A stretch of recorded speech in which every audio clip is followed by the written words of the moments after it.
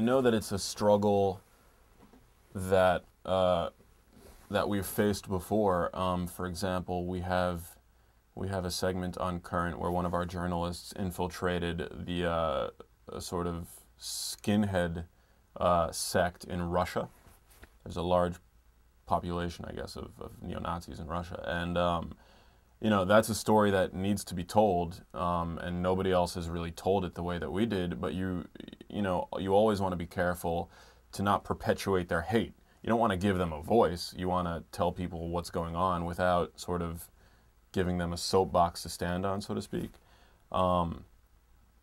So that is definitely you know, a tricky situation. But you know, that's always been a tricky situation, you know, for any journalist. I think that just with the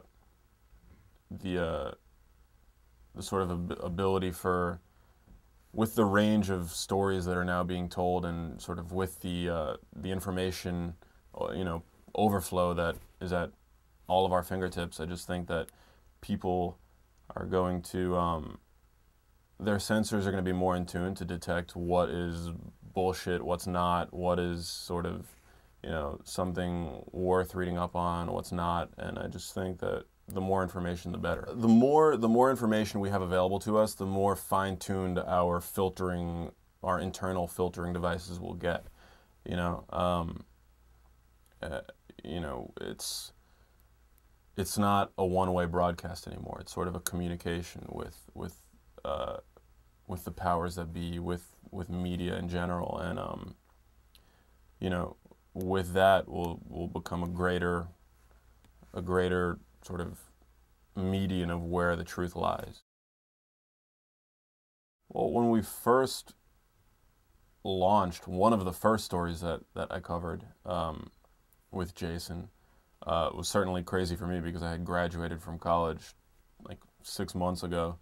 You know, prior to that point, was going to purchase a fake Social Security card with Jason in MacArthur Park. Now, obviously, Jason speaks Spanish, so he was more, you know, able to go in and really, you know, speak the language and you know, get the job done. Whereas I stuck out like a sore thumb. I was wearing like board shorts at the time and sunglasses. Like, I just, in the context of the segment, I looked ridiculous, but at the same time, it was, you know, it was pretty interesting for the two of us to really, you know, get to see that world. And so Jason, you know, bought himself a fake Social Security card, which a lot of undocumented workers in Los Angeles need to do in order to, you know, at least, you know, on paper, be able to say that they can legally work for whatever it is, a car wash. So that was definitely crazy. I mean, I was sort of, Jason was actually in the room. I was walking around MacArthur getting accosted by sex workers and, you know, drug dealers, while he was, you know, getting the ID. But it was crazy, nonetheless. And then, you know, we've covered the immigration situation in Miami. We've covered the homeless situation in LA. All interesting topics. I can't say that we've really, risking our lives to tell a story is not something that we want to do. We love telling stories. We're both passionate storytellers. But there are journalists on Current TV that are way more courageous in that sense. I think we have yet to see mobile technology really come into fruition in the way that I think it eventually will. I think Current will be heavily involved in that when it does. I also think that Current has a long way to go in terms of mass penetration, which, you know, for better or worse, all of our marketing up until this point has been very grassroots. It's just people that stumble upon the channel or see something about us on the web, tune in, and then become hooked, and then they tell their friends. It's been very viral in that sense.